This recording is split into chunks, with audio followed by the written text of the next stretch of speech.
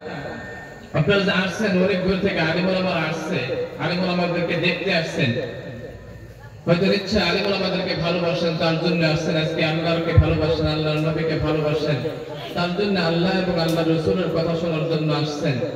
আল্লাহ পাক রব্বুল আলামিন তিনার নবী বিশ্বনবী বললেন, কোন বান্দা যদি কোন আলিমকে যদি দেখতে যায়, তাহলে সে বান্দা যেন কোন আলিমকে দেখতে আসলো না, সে বান্দা সরাসরি আমাকে দেখতে আসলো। সুবহানাল্লাহ পড়ে। এটা কার কথা? আল্লাহর নবীর কথা। শুধু তাই না, কোন ব্যক্তি যদি কোন আলিমকে যদি সালাম করে মুসাফা করে, আল্লাহর নবী বলেন ওই ব্যক্তি যেন কোন আলিমের সাথে সালাম করলো না, মুসাফা করলো না, সরাসরি ওই ব্যক্তি আমার সাথে সালাম এবং মুসাফা করলো। সুবহানাল্লাহ পড়ে। সুবহানাল্লাহ। এবং কোন ব্যক্তি যদি কোন আলিম ওলামার মজলিসে যদি বসে কোন আলিম ওলামার কথা যদি শুনে, তাহলে ওই বান্দা যেন কোন আলিমের সাথে বসলো না, আলিম ওলামার কথা শুনলো না, সে ব্যক্তি যেন আমার সাথে বসলো। সুবহানাল্লাহ করে। আর যে ব্যক্তি নাকি দুনিয়াতে আমার সাথে বসবে, কিয়ামতের দিন আল্লাহ পাক রব্বুল আলামিন জান্নাতের মধ্যে আমার সাথে বসাবে। সুবহানাল্লাহ করে।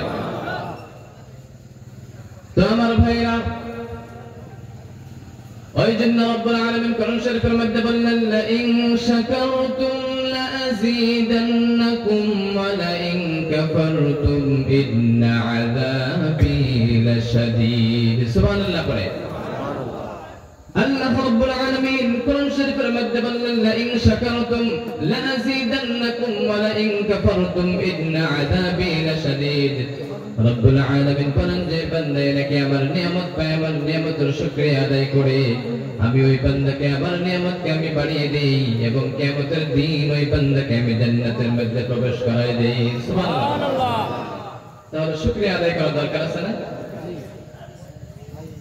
এবং যে বান্দা নাকি আমার নিয়ামত পায়, নিয়ামতের শুকরিয়া আদায় করে না, যে বান্দা নাকি আমার নিয়ামত পায়, আমার নিয়ামতের শুকরিয়া আদায় করে না, আমার নিয়ামত পায়, আমার নিয়ামতের অনিয়ামতি করে, ওই বান্দার অন্তর থেকে আমার নিয়ামতকে আমি ছিনিয়ে নেই এবং কিয়ামতের দিন ওই বান্দাকে আমি জাহান্নামের মধ্যে পৌঁছাই দেব। নাউযুবিল্লাহ। ওই জন্য সবসময় আল্লাহর শুকরিয়া আদায় করবেন, সবসময় আল্লাহর প্রশংসা করতে থাকবেন। বিশ্বনবী বলেন, আউয়ালু মান ইদআ ইলাল জান্নাতি ইয়াওমাল কিয়ামাহ الذين يحمدون الله في السراء والضراء। কিয়ামতের দিন রব্বুল আলামিন সর্বপ্রথম ওই দলকে জান্নাতের দিকে ডাকবেন, ওই ব্যক্তিকে সর্বপ্রথম জান্নাতের দিকে ডাকবেন, সেই ব্যক্তি হবেন শুকরকারী। কি থাকবেন? কথা বলেন। শুকরকারী থাকবেন সেই ব্যক্তি। আউয়ালু মান ইদআ ইলাল জান্নাতি ইয়াওমাল কিয়ামাহ আল্লাযীনা ইয়াহমিদুনা আল্লাহ ফিস সারা'i ওয়াদ-দাররা। কিয়ামতের দিন যে ব্যক্তি নাকি দুনিয়াতে দুঃখে কষ্টে বেমারের মধ্যে থাকুক, অসুস্থ অবস্থায় থাকুক, সব সময় আল্লাহর প্রশংসা করত, সব সময় আল্লাহর নাম নিত, ওই ব্যক্তিকে, যে ব্যক্তি নাকি দুনিয়াতে সব সময় আল্লাহর শুকরিয়া আদায় করত, ওই ব্যক্তিকে রব্বুল আলামিন সর্বপ্রথম জান্নাতের মধ্যে দিবে। ওই জন্য আমার ভাইয়েরা, আমরা যে অবস্থায় থাকি না কেন, যে অবস্থায় থাকি না কেন, সব সময় আল্লাহর প্রশংসা করব, সব সময় আল্লাহর শুকরিয়া আদায় করব। করব না ইনশাআল্লাহ? রাজি আছি তো? হয়তো আপনি রাস্তাঘাটে ঘোরাফেরা করেন, হাটে বাজারে যান, ব্যবসা বাণিজ্যে ব্যস্ত থাকেন, আপনি ওই সময় আল্লাহর প্রশংসা করেন, সব সময় আপনি আল্লাহর তাসবিহ করতে থাকেন। কারণ একটা তাসবিহ যদি পড়েন, আল্লাহর কাছে যদি কবুল হয়ে যায়, হয়তো সুবহানাল্লাহ পড়লেন, আলহামদুলিল্লাহ পড়লেন, এই তাসবিহটা যদি সব সময় আপনি করতে থাকেন, একটা সুন্নাহ যদি, একটা দোয়া যদি আল্লাহ আপনার জন্য কবুল করে নেয়, কিয়ামতের দিন ওই দোয়ার ওসিলা করে জান্নাতের মধ্যে আল্লাহ পৌঁছায় দিবে। সুবহানাল্লাহ পড়ে। কারণ আল্লাহর তো কোনো নিয়ামতের কোনো অভাব নাই, আল্লাহর তো কোনো নিয়ামতের অভাব নাই। ওই জন্য আপনাকে জান্নাতে দিতে হইলে আল্লাহর একটা, আপনার ভালো একটা আমল, ভালো একটা নেক সওয়াবের একটা যদি কাজ করেন, ওই আমলটা আপনার জন্য যথেষ্ট হয়ে যাবে জান্নাতের জন্য। সুবহানাল্লাহ পড়ে। ঠিক না? আল্লাহ যদি চাই দিতে পারবে না জান্নাতে? দিতে পারবে, একটা আমল যদি আপনার জন্য ভালো হয়ে যায়। ওই জন্য আমার ভাইয়েরা, হযরত আবু তালহা রাদিয়াল্লাহু তাআলা আনহু, তালহা ইবনে বারা রাদিয়াল্লাহু তাআলা আনহু আল্লাহর নবীর একজন সাহাবী ছিলেন, 12 বছরের সাহাবী, ছোট্ট একজন সাহাবী ছিলেন হযরত তালহা ইবনে বারা রাদিয়াল্লাহু তাআলা আনহু। তালহা ইবনে বারা রাদিয়াল্লাহু তাআলা আনহু তিনি একজন 12 বছরের সাহাবী ছিলেন। 12 বছর। কয় বছর ছিল? জোরে বলেন। 12 বছরের সাহাবী ছিলেন। আল্লাহর নবীকে কত ভালোবাসতেন। হয়তো আমরা এখানে অনেক হয়তো মুরব্বীরা আসছে, অনেক ছোট ভাই বড় ভাইরা আসছে, এখানে যুবক ভাইরা আসছে এখানে। আল্লাহর নবীকে আমরা কতটুকু ভালোবাসি, আসলে থেকে আমরা আল্লাহর নবীকে ভালোবাসি আজকে এই মাহফিলে আসছি, না সাহাবীদের এরকম ভালোবাসা ছিল আল্লাহর নবীর সাথে, ওই রকম ওই ভালোবাসার জন্য আসছি? একটু নিজে মিলায় দেখবেন, নিজের বিবেক খাটিয়ে দেখবেন। হযরত তালহা ইবনে বারা রাদিয়াল্লাহু তাআলা আনহু 12 বছরের একজন বালক সাহাবী ছিলেন। তালহা ইবনে বারা রাদিয়াল্লাহু তাআলা আনহু, তেনার বাবা অনেক গরীব ছিলেন, তেনার মাও অনেক গরীব ছিলেন। তেনার বাড়িতে আজকে 3 দিন হয়ে যায় তেনার বাড়িতে কোনো খাবার ব্যবস্থা হয় না, রান্না বাড়ার কোনো সুবিধা নাই, কারণ ঘরের মধ্যে কোনো খাবার নাই। তালহা ইবনে বারা রাদিয়াল্লাহু তাআলা আনহু তেনার মাকে ডাক দিয়ে বললেন, মা আমাকে কিছু খাবার দাও, আমার তো অনেক পেটের মধ্যে ক্ষুধা লেগেছে, আজকে 3 দিন হয়ে যায় আমার ঘরের মধ্যে কোনো খাবার নাই, ওই জন্য আমার জন্য খাবার ব্যবস্থা করে দাও। তালহার মা তো তার ঘরের মধ্যে কোনো খাবার ব্যবস্থা নাই। তিনি মনে মনে ভাবলেন, সন্তানকে বললেন, ও তালহা তুমি আরেকটু ধৈর্য ধরো, আল্লাহ নিশ্চয় আমাদের ঘরের মধ্যে খাবার ব্যবস্থা করে দিবে, আরেকটু ধৈর্য ধরতে থাকো। তারপরে আবার 2 দিন পার হয়ে যায়, ঘরের মধ্যে কোনো খাবারের ব্যবস্থা নাই। তালহা মাকে ডাক দিয়ে বললেন, ও মা আজকে তো 5 দিন হয়ে গেল, ঘরের মধ্যে কোনো খাবার নাই। তখন তালহার মা বললেন, ও তালহা তোমার যদি পেটের মধ্যে অনেক ক্ষুধা লেগেছে, তাহলে তুমি একটা কাজ করতে পারো, তুমি বিশ্ব নবীর দরবারে চলে যাও, বলেন সুবহানাল্লাহ। তুমি আল্লাহর নবীর দরবারে চলে যাও, তোমার যদি পেটের মধ্যে অনেক ক্ষুধা লেগেছে, তুমি তাহলে আল্লাহর নবীর দরবারে চলে যাও। তালহা বললেন, মা কেন আল্লাহর নবীর দরবারে কেন খাবার ব্যবস্থা করেছে, কোনো দাওয়াতের ব্যবস্থা করেছে? তালহার মা বললেন, আল্লাহর নবীর দরবারে কোনো খাবার ব্যবস্থা করে নাই, কোনো দাওয়াতের ব্যবস্থা করে নাই, তাহলে মা কেন আল্লাহর নবীর দরবারে যাইতে বললা? তখন বললেন, আল্লাহর নবীর চেহারা, বিশ্ব নবীর চেহারা এত সুন্দর, তুমি যদি একবার দেখতে পারো তাহলে তোমার সারা জীবনের ক্ষুধা তোমার মিটিয়ে যাবে, বলেন সুবহানাল্লাহ। এই 12 বছরের সাহাবী অবাক হয়ে গেলেন, কি ব্যাপার, আল্লাহর নবীর এত সুন্দর একজন মানুষ চেহারা দেখলেই খিদা মিটিয়ে যাবে, তাহলে তো যাইতেই লাগবে। সকাল হওয়ার সাথে সাথে তালহার বাবাকে বললেন, ও বাবা আমাকে বিশ্ব নবীর দরবারে নিয়ে চলো, আল্লাহর নবীর দরবারে নিয়ে চলো। তখন বললেন, ঠিক আছে বাবা, তুমি রেডি হয়ে নাও, আল্লাহর নবীর দরবারে যাব, বিশ্ব নবীর দরবারে যাব। তালহার বাবার কাঁধের মধ্যে উঠলেন, ওঠার পরে তালহা ইবনে বারা রাদিয়াল্লাহু তাআলা আনহু বিশ্ব নবীর দরবারে হাজির হইলেন। যাওয়ার পরে যখন নাকি দেখলেন দুনিয়ার সাহাবীরা আল্লাহর নবীর কথা শোনার জন্য বসে আছে, অনেক সাহাবীরা আল্লাহর নবীর কথা শোনার জন্য ওইখানে বসে রয়েছে, যেরকম করে নাকি আপনারা হয়তো হুজুরদের কথা শোনার জন্য আসছেন, ওইরকম দুনিয়ার সাহাবীরা আল্লাহর নবীর কথা শোনার জন্য ওইখানে আসছেন। কিন্তু তালহা ইবনে বারা রাদিয়াল্লাহু তাআলা আনহু তার বাবার কাঁধের মধ্যে উঠে হয়তো একটু দেরি হয়ে গেছে, ওই জন্য দাঁড়িয়ে দাঁড়িয়ে অনেক দূর থেকে দাঁড়িয়ে দাঁড়িয়ে আল্লাহর নবীর কথা শুনতেছিলেন। তালহা বললেন, বাবা তুমি আমাকে কাঁধের মধ্যে নাও, হয়তো আমি যদি নিজে একজন ছোট্ট মানুষ নিচে যদি দাঁড়িয়ে থাকি তাহলে আল্লাহর নবীর চেহারা দেখতে পারবো না, ওই জন্য আমাকে কাঁধের মধ্যে নাও। তালহা ইবনে বারা রাদিয়াল্লাহু তাআলা আনহু তার বাবা তাকে কাঁধের মধ্যে যখন নিলেন, তাহলে 1-2-3 ঘন্টা ওয়াজ শোনার পরে, আল্লাহর নবীর কথা শোনার পরে তালহা ইবনে বারা রাদিয়াল্লাহু তাআলা আনহু তিনি কান্না করতেছিলেন, চোখের পানি ঝরঝর করে ফেলতেছিলেন।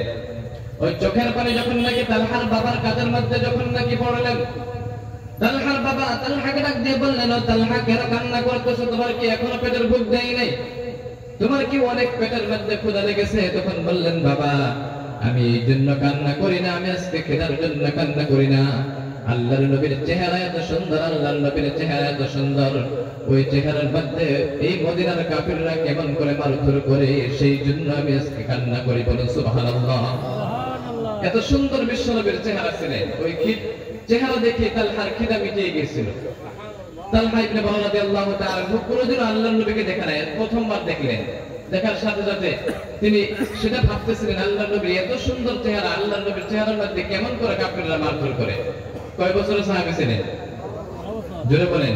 12 বছর।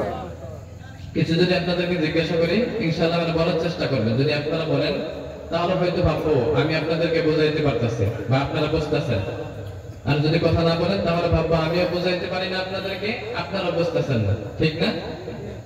তো বুঝতেছেন কি ইনশাআল্লাহ? কে কে বুঝেন না একটু হাত তুলে দেখান তো। বুঝেন নাই? এদিকে আসবেন, বুঝাই দেব। সবাই ইনশাআল্লাহ তার বুঝতেছেন, তাই না? মাশাআল্লাহ। ওই জন্য তালহা ইবনে বারা রাদিয়াল্লাহু তাআলা আনহু কিছুক্ষণ তার বাবার কাঁধের মধ্যে ছিলেন। কিছুক্ষণ পরে আবার তালহা ইবনে বারা রাদিয়াল্লাহু তাআলা কান্না শুরু করে দিলেন। কান্না শুরু করে দেওয়ার পরে তালহা ইবনে বারা রাদিয়াল্লাহু তাআলা চোখের পানি তিনার বাবার গায়ের মধ্যে আবার পড়তে শুরু করলো। তালহার বাবা এবার বললেন, ও তালহা, কেন আবার তুমি কেন কান্না করা শুরু করলা? কেন তুমি কান্না করতেছো? তখন বললেন, ও বাবা, আমি এখন এই জন্যই কান্না করতেছি, আমি বিশ্বনবীর চেহারা দেখে বিশ্বনবীর প্রেমে পড়ে গেছি। আমি আল্লাহর নবীকে অনেক ভালোবেসে ফেলেছি, আল্লাহর নবীর প্রেমে পড়ে গেছি। এখন হয়তো আজ থেকে তোমাদের বাড়িতে যাব না, আমার নিজের বাড়িতে যাব না, আমার চেহারা দেখতে পারবো না, বাবার চেহারা দেখতে পারবো না। আমি আজকে থেকে আল্লাহর নবীর দরবারেই থাকবো, আমি আর বাড়ি ফিরে যাব না। তিনি অবাক হয়ে গেলেন, কি ব্যাপার, বাড়িতে যাইবা না? তখন বললেন, বাবা, আমি আর বাড়িতে যাব না, আল্লাহর নবীর দরবারে আমি থাকবো, আজকে থেকে বিশ্ব নবীর দরবারেই থাকবো। তালহা ইবনে বারা রাদিয়াল্লাহু তাআলা আনহুকে যখন নাকি আল্লাহর নবীর ওয়াজ শেষ হইল, বয়ান শেষ হইল, তারপর অনেক চেষ্টা করলেন বাড়িতে নেবার জন্য, কিন্তু ওই তালহার বাবা এখন তালহাকে নিতে পারে না, বাড়িতে দিকে নিতে পারে না। তিনি চেষ্টা করার পরে আল্লাহর নবীকে ডাক দিলেন। আল্লাহর নবীকে বললেন, ইয়া রাসূলুল্লাহ, আমার সন্তান, এই 12 বছরের সন্তান তালহা আমার কথা শোনে না, আমি কি বাড়িতে নেবার জন্য অনেক চেষ্টা করছি, কিন্তু ওই তালহা বাড়ির দিকে যাই না। তালহা বলে, আপনার প্রেমে পড়েছে, আপনাকে আজকে প্রথম দেখার পরে আপনার প্রেমে পড়ে গেছে। ওই তালহা আপনার দরবারে থাকতে চাই, আপনার দরবারের মধ্যে আপনার খেদমত করতে চাই। এই 12 বছরের সাহাবী কি খেদমত করবে আল্লাহর নবী? আল্লাহর নবী তালহাকে ডাক দিলেন, ও তালহা, তোমার বাবা যে বললো এটা কি সত্যি? তখন বললেন, জি হুজুর, আমি আপনার দরবারে আজকে থেকে থাকতে চাই, আপনার আমি খেদমত করতে চাই। তখন বললেন, কেন তুমি আজকে তোমার বাড়িতে চলে যাও, তোমার মা আছে, তোমার বাবা আছে, তোমার মার কাছে বাবার কাছে চলে যাও, আমার দরবারে তোমাকে থাকতে হবে না। তখন বললেন, হুজুর, আমি আপনাকে আমার মার চাইতে বাবার চাইতে বেশি ভালোবাসি, তার জন্য আমি আপনার দরবারে থাকবো। সুবহানাল্লাহ। আস্তে কোন পেছনের দিকে মানুষ শুনবে তো, তাহলে জোরে করে দেখবা। মাশাআল্লাহ। আমি আমার বাবার থেকে মার চাইতে আপনাকে অনেক বেশি ভালোবাসি, তার জন্য আপনার দরবারেই থাকবো।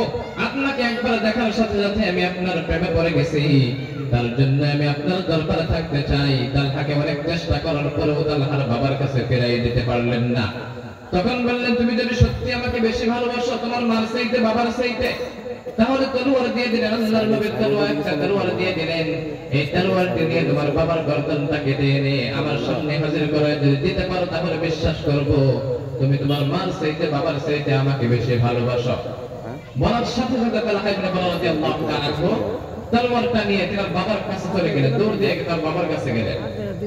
যাওয়ার পরে যখন নাকি তলোয়ারটা গর্দনের কাছে উঠাইলেন, মাথার উপরে যখন নাকি তলোয়ারটা উঠাইলেন, উঠানোর সাথে সাথে তালহাকে ডাক দিলেন, ও তালহা, আল্লাহর নবীকে তালহাকে ডাক দিলেন, ও তালহা, তোমার বাবার গর্দন কাটতে হবে না, আমি আজকে প্রমাণ পেয়ে গেলাম তুমি সত্যি তোমার বাবার চাইতে আমাকে বেশি ভালোবাসো। সুবহানাল্লাহ। তোমাকে গলা কাটতে হবে না, গর্দন কাটতে লাগবে না, আমি তোমার নমুনা দেখে আমি বুঝতে পেরেছি। তালহাকে বললেন, ও তালহা, তোমার তো আমার দরবার, তোমার তো এই দরবার কোনো জায়গা নাই, তোমার জীবনে তোমার জায়গা হলো কিয়ামতের দিন জান্নাতের মধ্যে আমার সাথে বলো সুবহানাল্লাহ। সুবহানাল্লাহ। এই 12 বছরের সাহাবী এত ভালোবাসতেন, আর আমাদের আল্লাহর নবীকে ভালোবাসে, নিজের মা বাবাকে তো ভালোবাসে না, আর আল্লাহর নবীকে, ঠিক না? না বাসে আছে না? অনেক বাবা হয়তো বলে, আমার সন্তান কথা শুনলে দোয়া করবেন হুজুর আমাদের জন্য, বলে না? অনেক জায়গায় বলে সন্তানকে বলে, ও বাবা তুমি মসজিদের দিকে যাও, কিন্তু ওই সন্তান মসজিদে না যেয়ে সিনেমা দেখতেও যায়, ফাংশন দেখতেও যায়, যায় না? বাবার কথা শোনে না, মসজিদে যাই বাজারের দিকে চলে যায়, হয়তো ফ্রি ফায়ার খেলে, খেলে নাই? এইদিকে বেশিরভাগ ফ্রি ফায়ার খেলা দেখা যায় যুবকদেরকে। প্রত্যেক প্রোগ্রামে নগরের দিকে একটা প্রোগ্রাম আসলাম, দেখবেন যে রাস্তা দিয়ে আসে কমসে কম 50 থেকে বেশি মানুষ, যুবক ভাইয়েরা দেখি ফ্রি ফায়ার খেলে রাস্তার মধ্যে। ফ্রি ফায়ার খেলে আবার হুজুর দোয়া করবেন, আমাদের বলে আসার সময় বললো, এই জনকের কাছে এখানে একটা কোল আছে এখানে, ওখানে এখান থেকে গেম খেলতেছে, গেম খেলে সালাম দেয়, হুজুর আমার জন্য দোয়া করবেন, এইদিকে ফ্রি ফায়ারে ব্যস্ত। ওই জন্য তালহাকে বললেন, ও তালহা, তুমি তোমার বাড়িতে চলে যাও, তোমার মা বাবার কাছে চলে যাও, তোমার জায়গা আমার দরবারে না, তোমার জায়গা কিয়ামতের দিন রব্বুল আলামিন জান্নাতের মধ্যে দিবে। তখন বললেন, তুমি এখন তোমার বাবার সাথে তোমার বাড়িতে চলে যাও, তোমার মার কাছে চলে যাও। তখন তালহা ইবনে বারা রাদিয়াল্লাহু তাআলা আল্লাহর নবী বলার পরে তিনার বাবার সাথে তিনার বাবার বাড়িতে চলে গেলেন, তিনার নিজের বাড়িতে চলে গেলেন। যাওয়ার সময় তালহার বাবাকে আল্লাহর নবী ডাক দিলেন, ও তালহার বাবা, এদিকে শোনো, তখন তালহার কথাকে বললেন, ও তালহার বাবা, তোমার সন্তান তো আমাকে অনেক ভালোবাসে, 12 বছর হইতে পারে, আমাকে অনেক মহব্বত করলো, অনেক ভালোবাসলো। ওই জন্যই তালহা যখন নাকি মৃত্যুবরণ করবে, তালহা যখন নাকি মারা যাবে, ওই সময় তালহার মৌতের খবরটা আমাকে দিও। তালহা যখন নাকি মৃত্যুবরণ করবে, ওই সময় আমাকে খবরটা দিও। ওই তালহার জানাজাটা আমি নিজ হাতে করাবো। তখন বললেন, ইয়া রাসূলুল্লাহ, আপনি যে কথাটি বললেন, বলার সাথে সাথে আমি বুঝতে পারলাম আমার সন্তান আর বেশি দিন দুনিয়াতে বাঁচবে না। বাঁচবে কি? এই কথা বলার সাথে সাথে তালহার বাবা বললেন, হয়তো আমার সন্তান আর বেশি দিন বাঁচবে না, আপনি যে এই কথা বললেন। তখন তালহার বাবা চোখের পানি ফেলে ফেলে দিল, সন্তানকে নিয়ে বাড়ির দিকে যায়।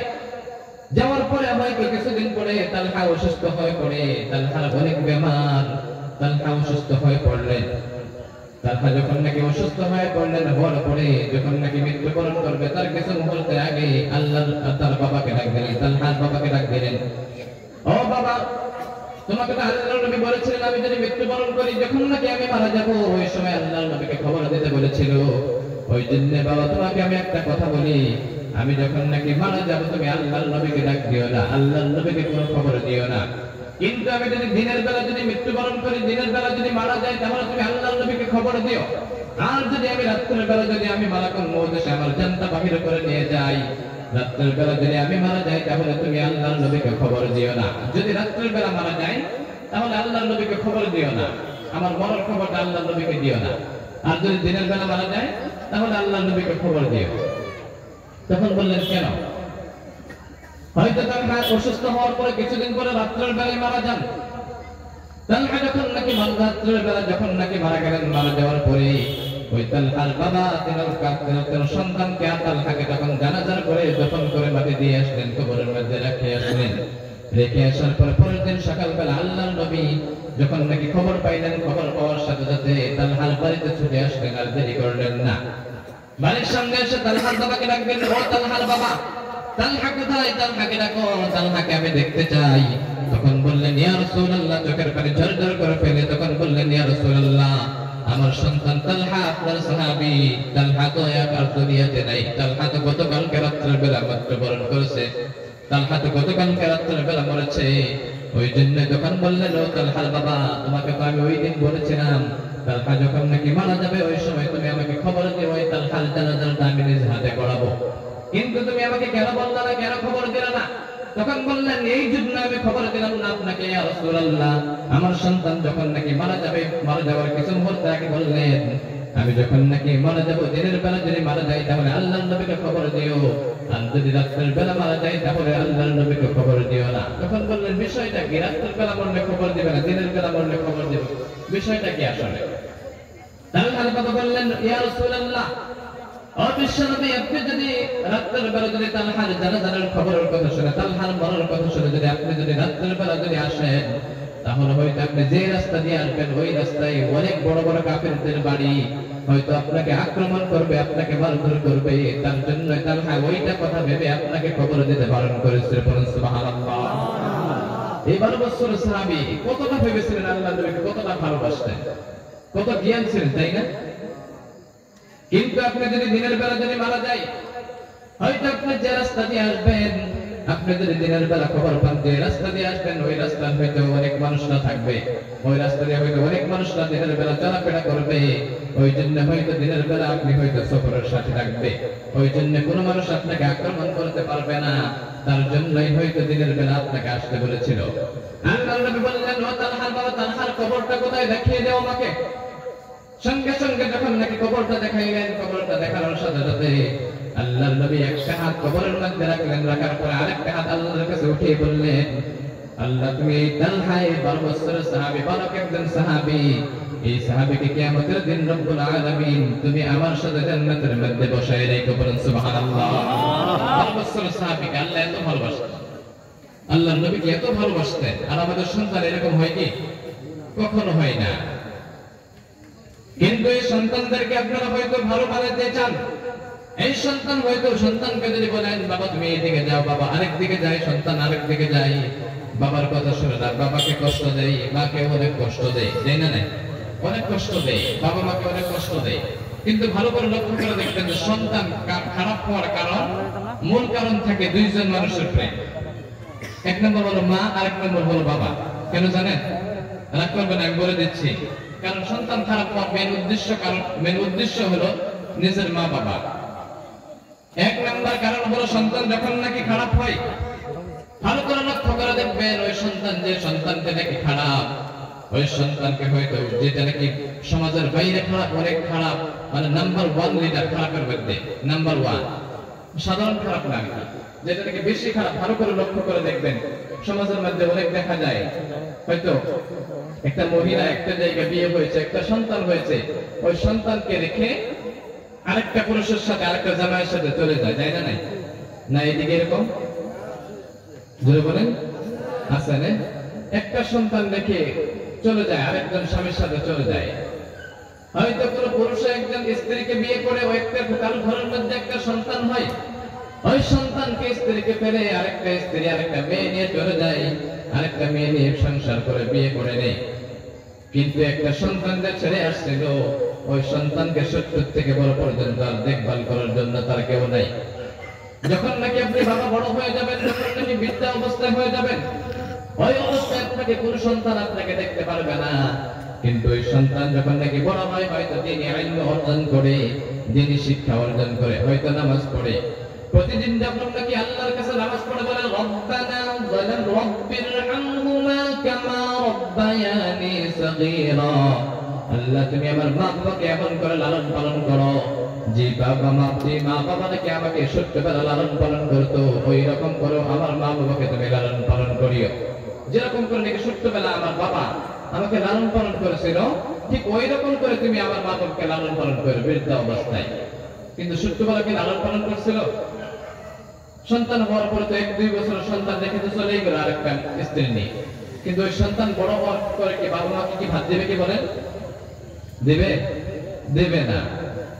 এক নম্বর কারণ গেল। 2 নম্বর কারণ হলো হয়তো গ্রামের মধ্যে অনেক ধনী মানুষ, কিন্তু ঘরের মধ্যে কোনো সন্তান নাই, অনেক টাকা পয়সা, অনেক জায়গা জমি, কিন্তু ঘরের মধ্যে হয়তো একটা সন্তানও নাই। এই জায়গা জমিগুলো কে খাবে? অনেক টাকা পয়সা, এইগুলো কে খাবে?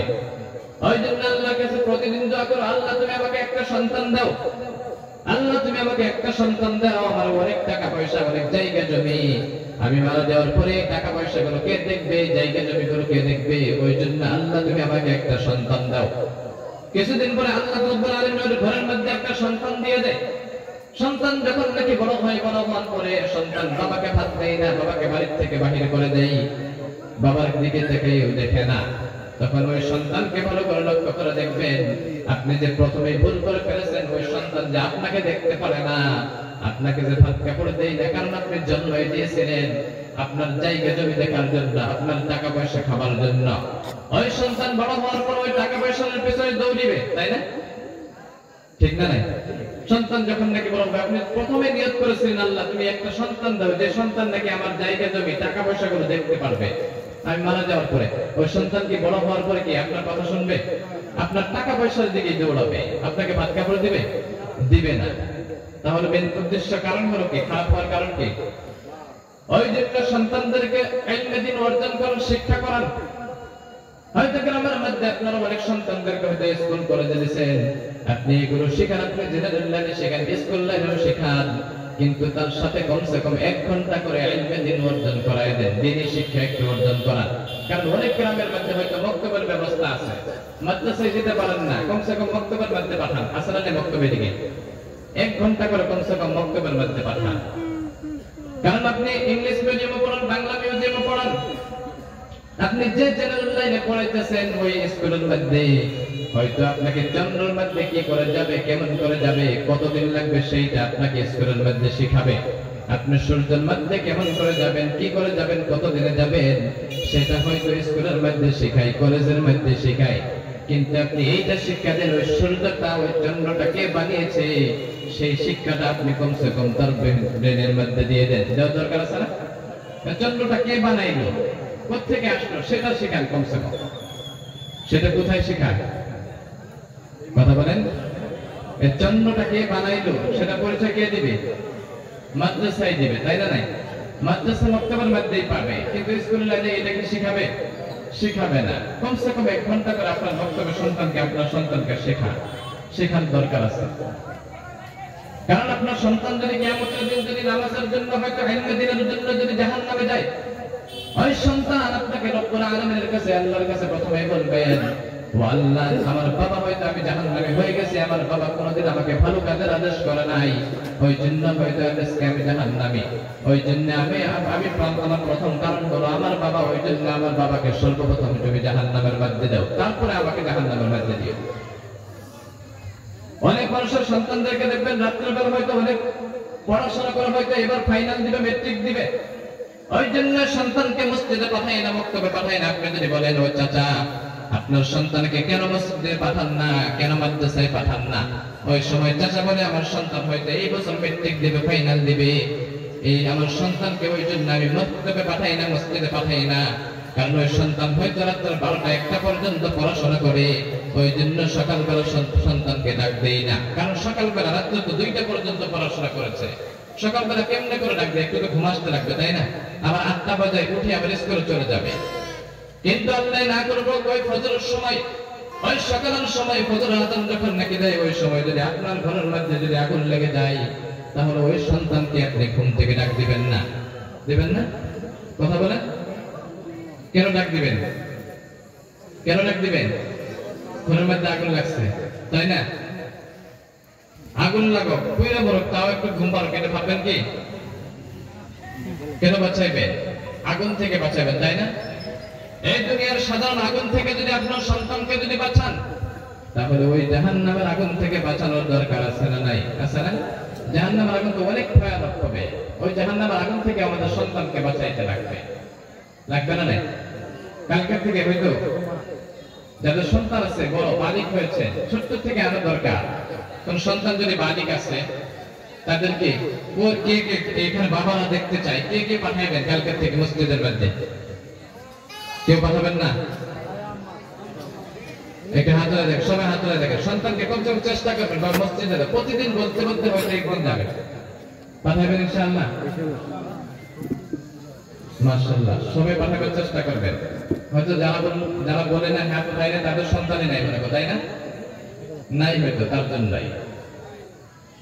ওই জন্যই একটা সন্তানকে যদি আপনি ইলমে দ্বীন অর্জন করায় যাইতে পারেন, একটা সন্তানকে যদি আপনি দ্বীনি ইলম অর্জন করায় যাইতে পারেন, কিয়ামতের দিন ওই ওসিলা করে, ওই সন্তানের ওসিলা করে, নেক সন্তানের ওসিলা করে কিয়ামতের দিন রব্বুল আলামিন আপনাকে জান্নাতুল ফিরদাউস নসিব করে দিবে। সুবহানাল্লাহ বলেন। কেন জানেন? হযরত ঈসা আলাইহিস সালাম একদিন রাস্তা দিয়ে যাইতেছিলেন, যাওয়ার পরে প্রতিদিন যে রাস্তা দিয়ে চলাফেরা করতো, ওই রাস্তার মধ্যে একটা কবরস্থানের পাশ দিয়ে যাইতো। যাওয়ার সময় ওই কবরস্থান থেকে একটা কবর থেকে কান্নার আওয়াজ আসে, গুনগুন করে কান্নার আওয়াজ আসে, জাহান্নামীদের ভাব আসে। কিছুদিন পরে হযরত ঈসা আলাইহিস সালাম ওই রাস্তার পাশ দিয়ে আবারও আসেন।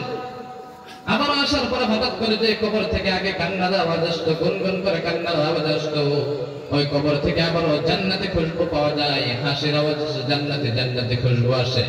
হযরত ঈসা আলাইহিস সালাম তিনি অবাক হয়ে গেলেন, কি ব্যাপার? এই রাস্তার পাশ দিয়ে তো কিছুদিন আগে যাইলাম, এই রাস্তা দিয়ে এখানে তো জাহান্নামীর আওয়াজ পাওয়া গেল, কবরের মধ্যে আযাবের আওয়াজ পাওয়া গেল, কিন্তু আজকে এই কবর থেকে যে জান্নাতে খুশবু আসছে, কারণ কি? বিষয়টা কি?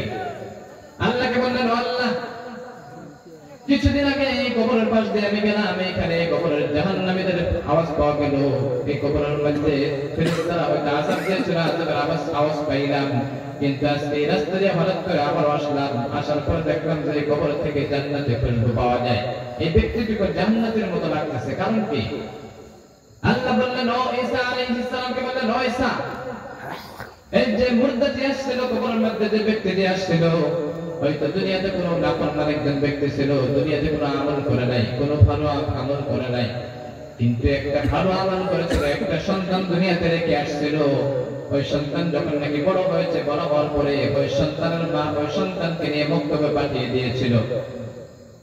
সন্তানকে যখন নাকি মক্তবে পাঠাইলো, পাঠানোর পর উস্তাদ যখন নাকি ওই সন্তানকে পড়াইলো, সন্তান ও বাবা পড়ো বিসমিল্লাহির রহমানির রহিম, ওই সন্তান বিসমিল্লাহ বলার সাথে সাথে আল্লাহ রাব্বুল আলামিন ফেরেশতাদেরকে বললেন, ও ফেরেশতারা, ওই ছোট্ট একটা মাসুম বেগুনা বাচ্চা যখন নাকি পড়লো বিসমিল্লাহির রহমানির রহিম, আমি আল্লাহ সহ্য করতে পারলাম না। এই সাধারণ ছোট্ট একটা বাচ্চা বললো, আমি নাকি অনেক দয়াবান, আমি আল্লাহ অনেক দয়াবান, আমি নাকি অনেক রহমান। এই ছোট্ট বাচ্চা যখন নাকি বললো আমি সহ্য করতে পারলাম না, তার জন্যই আমি ওই সন্তানের বাবার কবরকে আমি মাফ করে দিয়েছি। বলুন সুবহানাল্লাহ। সন্তান যদি বিসমিল্লাহ যদি মক্তবের মধ্যে গিয়া পড়ে, ওই সন্তানের নেক্সট সন্তানের ওই বিসমিল্লাহর ওসিলা করেও আল্লাহ ওই জাহান্নামী কবরকে জান্নাত বানাই দিতে পারে। পারে না? না। আপনি দুনিয়ার মধ্যে অনেক আমল করলেন, অনেক ভালো আমল করলেন, আপনি আমল করতে করতে আপনি পাহাড় সমতুল্য আমল করে ফেলেছেন, উহুদ পাহাড় সমতুল্য আপনি আমল করেছেন। আপনি রোজা রাখছেন, রোজার আমল করেছেন, আপনি রোজার সওয়াবগুলো আপনার উহুদ পাহাড় সমতুল্য থাকবে। আপনি যাকাত দিয়েছেন, যাকাতের সওয়াব উহুদ পাহাড় সমতুল্য থাকবে। কিন্তু আপনি কিয়ামতের দিন জান্নাতে যাইতে হলে সর্বপ্রথম আপনার আমলটি লাগবে, সেই আমলটি হলো নামাজ। লাগবে না? না। বিশ্বনবী বলেন, আউয়ালু মা ইউহাসাবু বিহিল আবদু ইয়াওমাল কিয়ামাতিস সালাহ। কাল কিয়ামতের দিন রব্বুল আলামিন সর্বপ্রথম হিসাব নেবেন নামাজের। ওই নামাজের হিসাব যদি আপনি সহজ করে দিতে পারেন, তাহলে সমস্ত কিছুর হিসাব সহজ করে দিবেন তিনি কে? আর একটু জোরে বলুন কে? আর যদি আপনি সমস্ত হিসাব নামাজের হিসাব যদি আপনার জন্য যদি কঠিন হয়ে যায়, তাহলে সমস্ত হিসাব কঠিন করে দিবেন তিনি কে? ওই জন্য আমার ভাইরা, আপনি হয়তো রোজা রাখছেন, আপনার উহুদ পাহাড় সমতুল্য আপনার সওয়াব এক জায়গায় জমা করা হয়েছে। আপনি যাকাত দিয়েছেন, যাকাতের উহুদ পাহাড় সমতুল্য সওয়াব এক জায়গায় রয়েছে। কিন্তু আপনার সর্বপ্রথম যে আমলটি লাগবে সেটা হলো জান্নাতের মধ্যে নামাজের জন্য সর্বপ্রথম লাগবে। ওই নামাজের আপনার যদি আমল না থাকে, নামাজ যদি আপনার হায়াতে জিন্দেগির মধ্যে না থাকে, তাহলে রব্বুল আলামিন আপনার সমস্ত আমল আপনার জন্য বেধ্বংস হয়ে যাবে। নাউযুবিল্লাহ, ধ্বংস হয়ে যাবে। আপনার প্রথমে তো আপনার আমল লাগবে নামাজের। সর্বপ্রথম আল্লাহ হিসাব নেবে নামাজের কিয়ামতের দিন। কিসের হিসাব নেবে? জোরে বলেন। নামাজের হিসাব নেবে। কিন্তু নামাজ কেমনে করে পড়বেন? নামাজ পড়তে গেলেও তো সূরা কিরাত জানার দরকার আছে না? কিন্তু এই সূরা কিরাত গুলো কোথা থেকে শিখবে? ওই জন্য সন্তানদেরকে মক্তবে পাঠান, মসজিদে পাঠান। হয়তো আপনারা যারা নাকি মুরব্বী আছেন, এখনো কোরআন শরীফ সহিহ নাই, শুদ্ধ নাই, ওই জন্য আপনি প্রতিদিন ইমাম সাহেবকে বলেন, ইমাম সাহেবকে পেছনে দিয়ে প্রতিদিন আপনি নামাজের মধ্যে 1 ঘন্টা আগে গিয়ে ইমাম সাহেবের কাছ থেকে আপনি প্রতিদিন একটা করে সূরা শিখে নেন, একটা করে কমসে কম আয়াত শিখে নেন, একটা করে দোয়া শিখে নেন, যা দিয়ে নাকি আপনি নামাজ সহিহ আপদে আদায় করতে পারেন, ভালো করে নামাজটা পড়তে পারেন।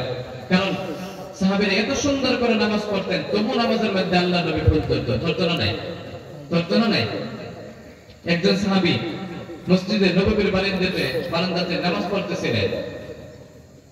ওই সাহাবীকে নামাজ পড়া দেখে আল্লাহর নবী বারান্দা থেকে বসে বসে দেখতেছিলেন ওই সাহাবী নামাজ পড়তেছে। সাহাবীকে ডাকলেন, ও সাহাবী, যখন নাকি নামাজ শেষ হইলেন, নামাজ শেষ হওয়ার পর বললেন, ও সাহাবী, সাল্লি ফাইন্নাকা লাম তুসাল্লি। ও সাহাবী, তোমার নামাজ হয় নাই, তুমি আবার নামাজ পড়ো। কি করো? তোমার নামাজ হয় নাই, তুমি আবার নামাজ পড়ো। বিশ্বনবীর কথা মতে আবার নামাজের মধ্যে দাঁড়ালেন, সাল্লি ফাইন্নাকা লাম তুসাল্লি। নামাজ শেষ করলেন, নামাজ শেষ করার পর তখন বললেন, সাল্লি ফাইন্নাকা লাম তুসাল্লি। ও সাহাবী, তোমার নামাজ হয় নাই, তুমি আবার নামাজ পড়ো। তখন ওই বিশ্বনবীর কথা মতে আবার ওই ব্যক্তি নামাজের মধ্যে দাঁড়িয়ে গেলেন। 3 বার যখন নাকি নামাজ পড়লেন, আবার বিশ্বনবী বললেন, সাল্লি ফাইন্নাকা লাম তুসাল্লি। ও সাহাবী, তোমার নামাজ হয় নাই, তুমি আবার নামাজ পড়ো। তখন ওই সাহাবী আল্লাহর নবীকে ডাকলেন, ইয়া রাসূলুল্লাহ, এর চাইতে ভালো করে নামাজ আর আমার মতো জানা নাই। বলেন সুবহানাল্লাহ। এর চাইতে আর ভালো নামাজ আমি পড়তে পারি না। তখন আল্লাহর নবী শিখাই দিলেন যে এমন করে পড়ো। সাহাবীরা এত সুন্দর করে নামাজ পড়তো, ওই নামাজের মধ্যে ভুল হইত। কিন্তু আমাদের নামাজটা মাশাআল্লাহ সাহাবীদের চাইতে অনেক সুন্দর, তাই না? সুন্দর না? নাই সুন্দর। এইদিকে নামাজ পড়তেছে, এদিকে কি আসলো সেটাও জানতে। ওই দিন একটা মসজিদের মধ্যে নামাজ পড়লাম,